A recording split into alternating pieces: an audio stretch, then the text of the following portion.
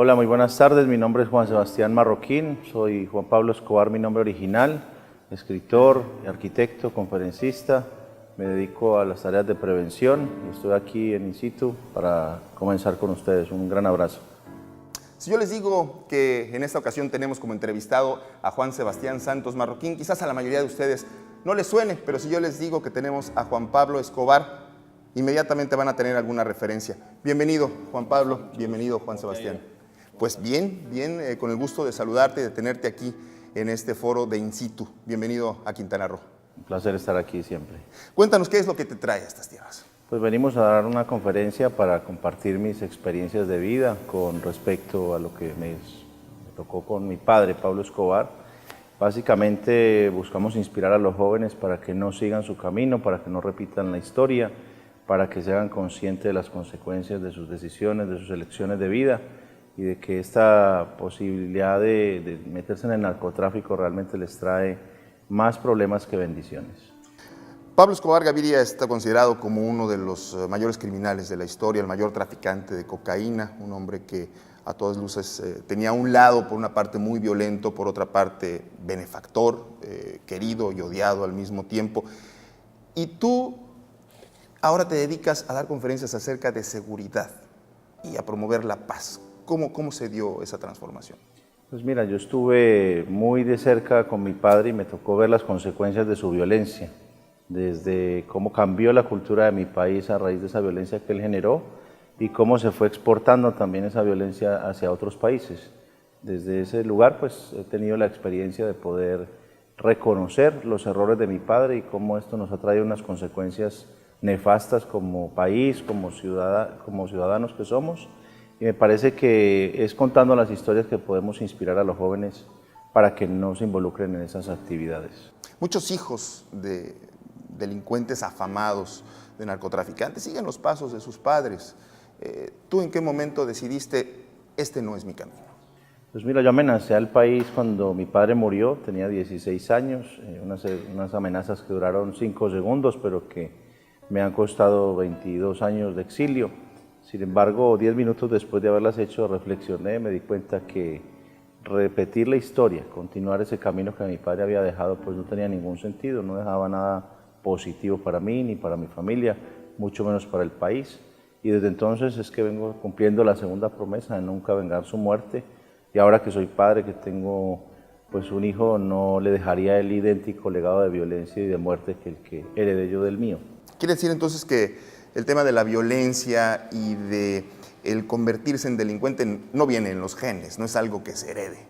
Pues mira, yo me crié entre los peores bandidos de Colombia, ellos fueron todos mis niñeras y te puedo decir que cuando hay amor dentro de la familia, pues no necesariamente tienes que crecer lleno de odios y de violencia. La gran diferencia entre mi vida y la de esos bandidos con los que me crié fue pues, la ausencia de amor al interior de sus familias. Creo que eso los convirtió al final en las personas tan violentas como fueron. De hecho, conozco a muchos de sus hijos y ninguno repitió la historia de sus padres porque fueron criados después con amor, en virtud del ejemplo que aprendieron de mi propio padre, cómo nos criaba a nosotros sus hijos. ¿Pablo Escobar siempre fue cariñoso contigo? Absolutamente, nunca, ni siquiera me dijo una mala palabra en su vida. ¿Nunca recibiste un maltrato por Jamás. parte de tu madre, de tu abuela? En el seno familiar, ¿tú no viste la violencia reflejada hacia ti? Absolutamente nada de violencia, al contrario, era notable el amor, contradictorio por supuesto, dentro del hogar pues mucha paz, mucho amor, mucho respeto por los valores y demás, pero por fuera de casa pues a mi padre no le importaba mandar a matar al que fuera, ¿no? Claro. Ahora, en tu seno familiar, en tu hogar, en tu entorno, ¿te tocó ver actos de violencia? ¿Te tocó ver algún asesinato? ¿Te tocó ver alguna tortura por parte de tu padre o de sus sicarios? No, de hecho te diría que la violencia que yo sí vi fue la violencia que venía en consecuencia de la que mi padre ejercía, es decir, atentados terroristas que nos hicieron, intentos de secuestro y asesinato por decenas. Entonces ahí sí veía la violencia que era la consecuencia de la que mi padre ejercía. Ahora, si bien tú no viviste maltrato, viviste siempre en el seno de una familia amorosa hacia ti, pues tu infancia fue al principio muy quizás llena de lujos, llena de todos los placeres que puede haber para un niño que empieza a vivir, pero después comenzaste a vivir también a salto de mata. huyendo prácticamente todo el tiempo y a veces quizás con pacas de dinero dentro de tu hogar, pero sin nada que comer. Bueno, creo que esas son las lecciones que comparto siempre con la juventud. Yo tuve una niñez aparentemente feliz hasta los 7 años, hasta que mi padre decide mandar a asesinar al ministro de Justicia, Lara Bonilla. Y de ahí en adelante, pues como tú decías, comenzamos a vivir una vida de delincuentes más que de una niñez como tal.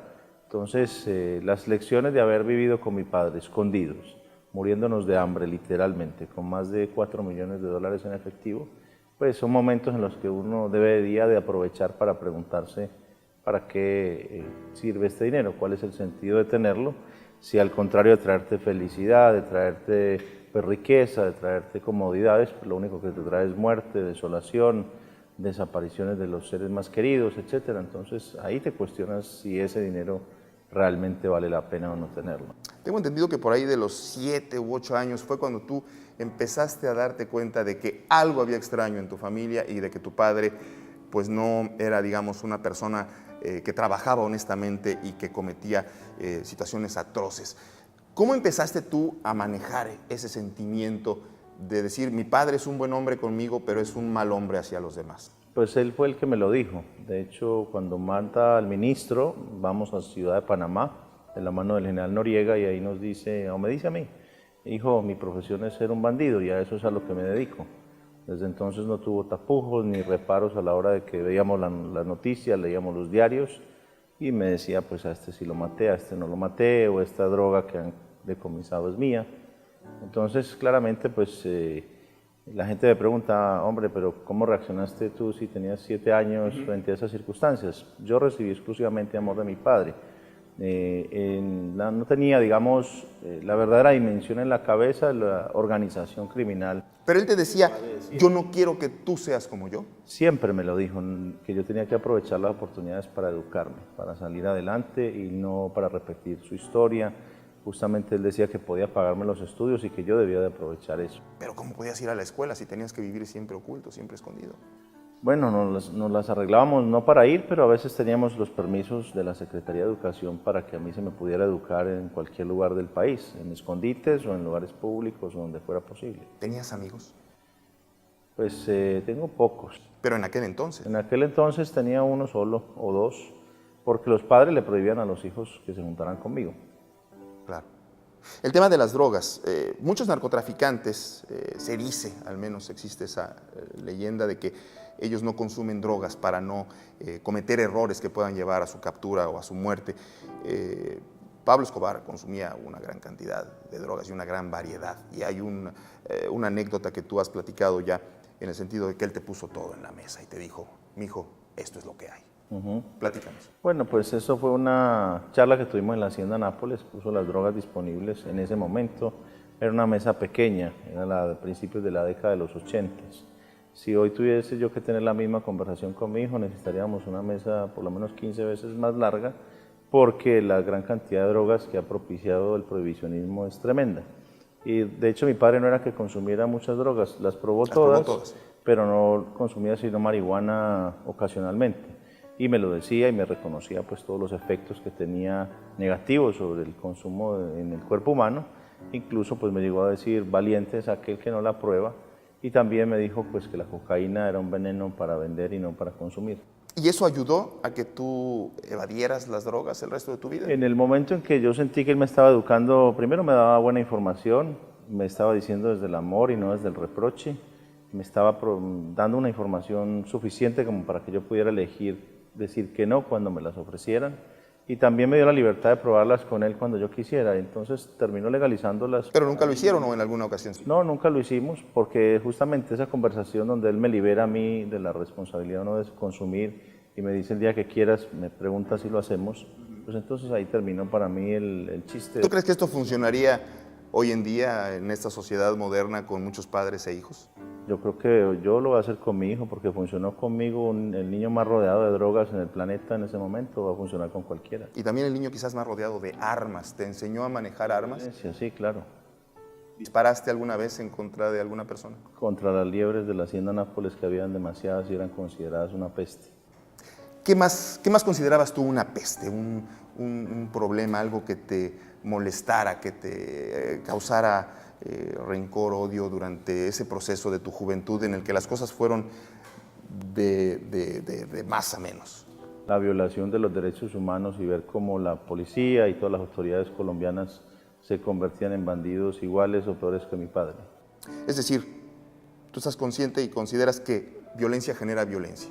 Absolutamente, y lo peor es cuando el Estado entra en esa lógica de cometer la violencia contra los delincuentes para dar la apariencia de que está ejerciendo la justicia.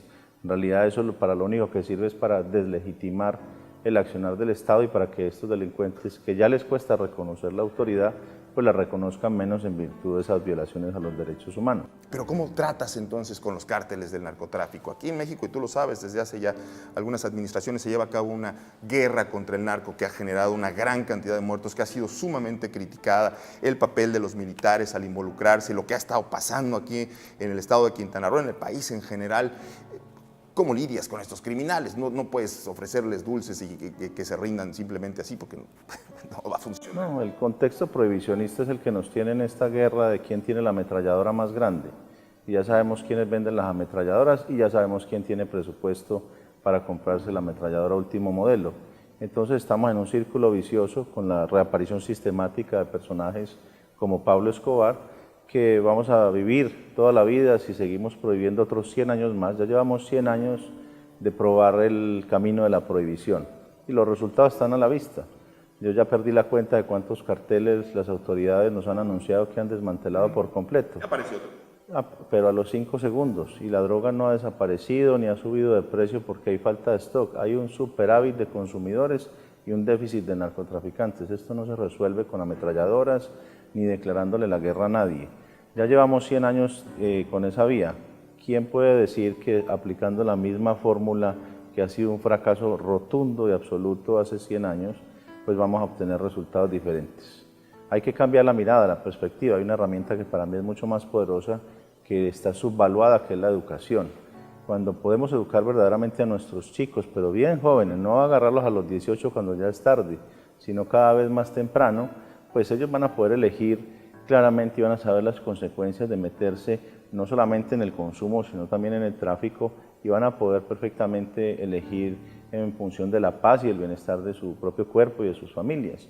Entonces está subvaluada el papel de la educación y no se le está dando la importancia que cabe en la sociedad y en los colegios, donde hay que preferiblemente educarlos con menos matemáticas, pero con más de la vida real. Acerca del tema de la prohibición, Juan Pablo Escobar, Juan Sebastián, yo quisiera preguntarte si quieres o si tú pretenderías que todas las drogas fueran legalizadas o únicamente algunas. Si ustedes nos permiten, después de una pausa continuamos. Estamos in situ platicando con Juan Pablo Escobar, hijo de Pablo Escobar Gaviria, también llamado Juan Sebastián Santos Marroquín. Regresamos de inmediato con más.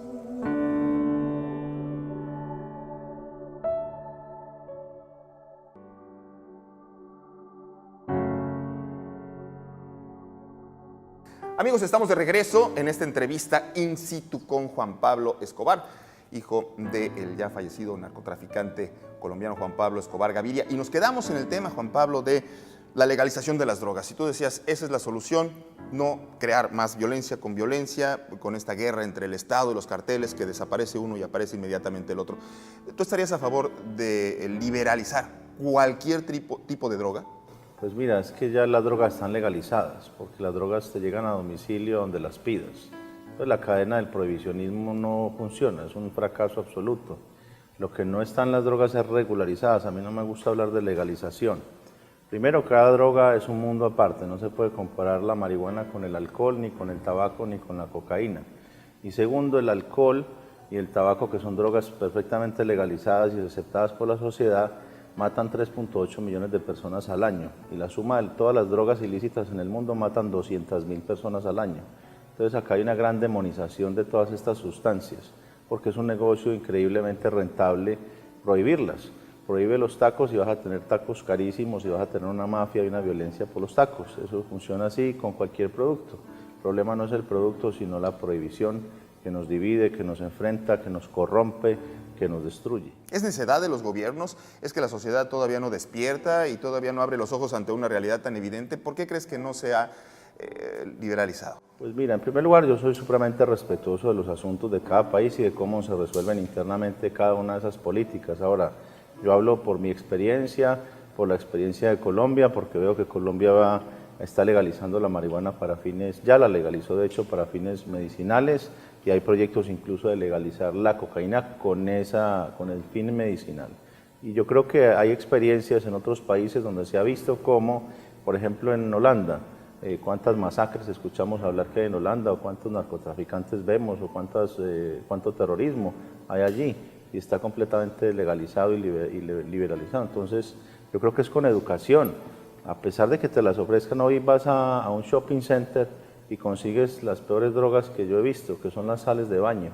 Entonces, y a ningún niño que va a entrar y compre sal de baño le van a pedir la identificación. Las drogas están perfectamente al alcance de cualquiera y están en todas partes. La farmacia tiene derivados de la heroína y ahí las puedes conseguir con receta o sin receta. Entonces, este cuento de que hay que prohibir, eso es un gran negocio, simplemente rodeado de hipocresía, rodeado de un montón de... Y los rehenes de esas violencias somos los latinoamericanos, porque tampoco vemos esa violencia en los grandes países consumidores. Siempre conocemos quiénes son los jefes de los carteles desde el muro para abajo, pero nunca nos dicen quiénes son los jefes de los carteles de Miami, de Nueva York, de Chicago, de Los Ángeles, etcétera. Ahora que tocas el tema de Estados Unidos, además de ser arquitecto de profesión, tú eres escritor, eres conferencista, y en un libro recientemente tú hiciste una declaración muy fuerte en la que señalas que el expresidente de Estados Unidos, George H.W. Bush, el padre de George Bush, el que conocimos durante el ataque a las Torres Gemelas, financió a través de la CIA al cártel de Medellín, de tu padre, Juan Pablo Escobar, Pablo Escobar Gaviria. Ellos financiaron su lucha anticomunista en Centroamérica en los 80, comprándole drogas al mayor vendedor de drogas en ese momento, que era mi padre. Dejaron de haber el escándalo Irán Contras, que vendían armas para, aunque se estaba prohibido, con el coronel Oliver North para financiar la misma lucha anticomunista. Abandonaron esa estrategia y continuaron con la de la compra de las drogas. Barry Seal es un ejemplo de ello. Yo publico en el libro fotos que son conocidas, no son ninguna novedad, pero que explico la manera, por qué le costó la vida a él tomar esas fotografías y cómo fueron esos vínculos. Lo que yo revelo en ese capítulo no es solamente lo que yo pude saber, sino que también me reuní con el hijo de Barry Seal en Ciudad de México el año pasado para verificar cada uno de los hechos que yo relato en ese capítulo específico sobre su padre, y todo lo que yo ahí digo está avalado por él y por su viuda. Entonces, estas historias hay que tratarlas, yo las he hecho públicas porque me parece importante que se conozcan los niveles de corrupción a los que hemos estado nosotros expuestos desde el cartel de Medellín, porque si no, son las mismas personas que califican al resto de países, vea usted cómo se comportan en materia de drogas. Son los que certifican, ¿no? Son los que certifican, pero son los que más involucrados están en el negocio. Ahora, estamos hablando, en el caso del padre del expresidente Bush, de los 80s. ¿Tú crees que esta situación ha prevalecido a lo largo de las subsecuentes administraciones en Estados Unidos? Este apoyo velado a grupos del narcotráfico a cambio de... Pues mira, yo con todo respeto por todas las personas y por los narcotraficantes, porque yo respeto a todo el mundo, debo decir que los narcotraficantes son los esclavos del imperio, porque trabajan creyendo que están juntando dinero para ellos y el imperio les ayuda a crecer y a llenar sus bolsillos así. Apenas los tienen así, ahí mismo los llaman y negocian para quitarle la totalidad o una buena parte del dinero y los dejan ir libres. Lo que está sucediendo hoy en día es que esa política, digamos, el crimen sí paga, tristemente. Así están diseñadas las políticas. Hoy no es cuestión de a cuántos mataste o cuántos kilos enviaste a los Estados Unidos, sino cuánto dinero tienes para arreglar con la fiscalía. Así se resuelven hoy este tipo de crímenes, con la billetera, no con la moral, ni con la ley, ni con mucho menos. Entonces se está desvirtuando por completo esta lucha, y los que ponen los muertos, los que ponen la sangre, los que ponen la violencia, somos todos los latinoamericanos. Juan Pablo, muchos de las nuevas generaciones conocen acerca de tu padre a través de películas, a través de las series de televisión que han salido últimamente. ¿Qué tanto es cierto de lo que hemos visto en la pantalla y que en muchas ocasiones genera inclusive un sentimiento hasta de identificación con el personaje, que a pesar de ser el más sanguinario de los villanos, al mismo tiempo tenía un lado encantador. ¿Cómo calificas tú estas series? Pues mira, me parece que ha sido lo peor que le ha podido pasar en mucho tiempo a estas nuevas generaciones, porque se ha glorificado la actividad criminal de mi padre, para hablar exclusivamente de este caso, y creo que se le ha agregado un glamour a esa actividad que no lo tiene. Fuera de eso, pues está muy escrito al estilo Hollywood, están con todos los efectos especiales. Mi padre cada vez se esconde en mansiones más grandes y más bonitas, entonces ¿quién no se va a querer esconder así? Si cada vez la mansión es más grande y está llena de chicas más bonitas y de automóviles y de todos los lujos. ¿Y qué tanto hay de cierto? Nada, no hay nada de cierto, porque todo era a lo contrario, lo opuesto exactamente. Yo veía a mi padre lleno de millones de dólares, lleno de poder, pero cada vez vivía más pobremente, no es como lo muestran en las series en absoluto.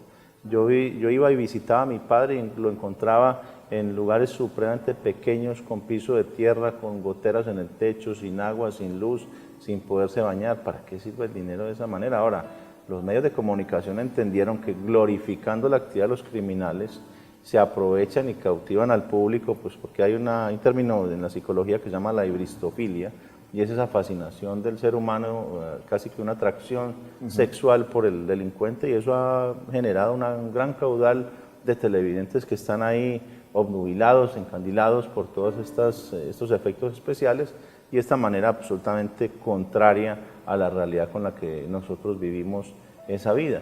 Las lecciones que ahí muestran son las que creen los guionistas que debemos de haber aprendido en ese momento, pero no las verdaderas historias.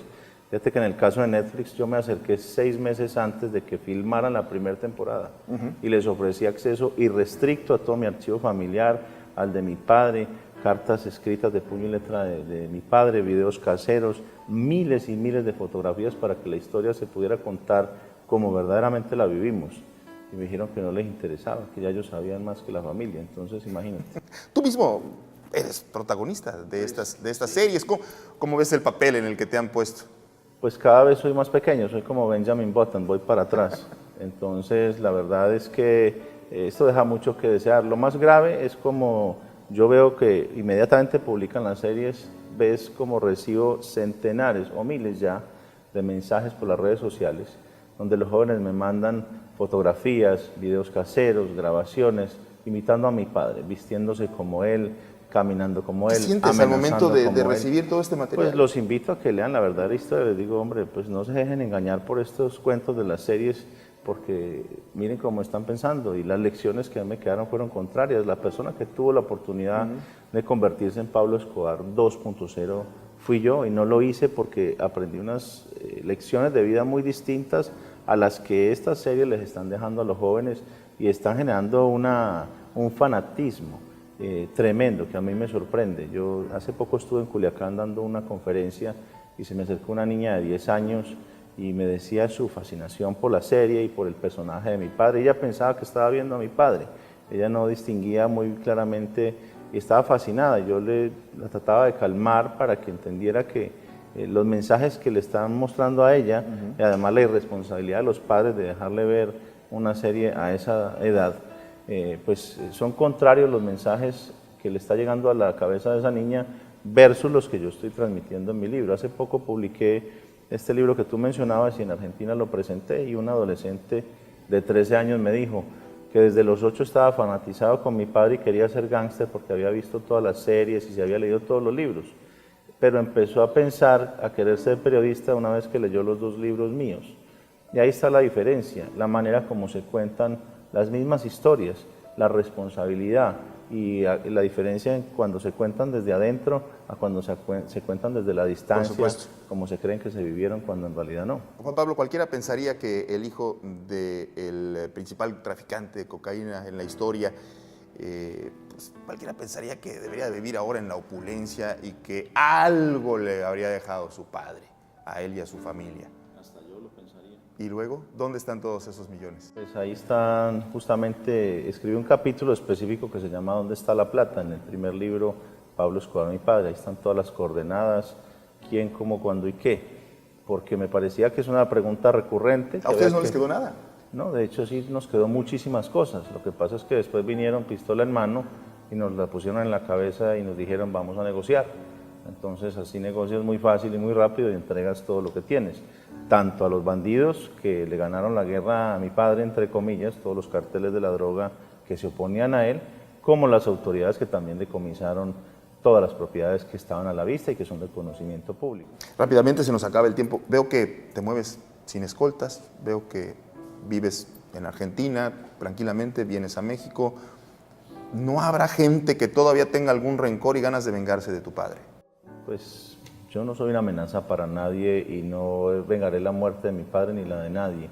No ando propagando el odio, sino al contrario, hablando de la necesidad y la posibilidad tan positiva que es reconciliarse, perdonarse. Este último libro justamente es testimonio de ello, porque hay un proceso de reconciliación con Aaron Sil, el hijo de Barry Sil, otro con William Rodríguez Abadía, hijo del cartel de Cali, otro con Ramón Izaza, jefe de la ultraderecha de Colombia, paramilitar. Una generación totalmente distinta a la de sus diferente, padres. y estamos todos dispuestos a perdonar, hartos de la violencia.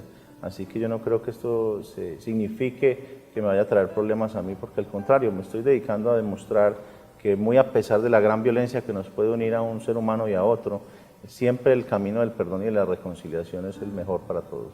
Pues ha sido una gran experiencia platicar contigo, Juan Pablo Escobar, Juan Sebastián Santos. Gusto tenerte aquí in situ. Gracias por haber estado con nosotros. Y por supuesto, gracias también a ustedes que nos hacen el favor de acompañarnos a nombre de todo este gran equipo.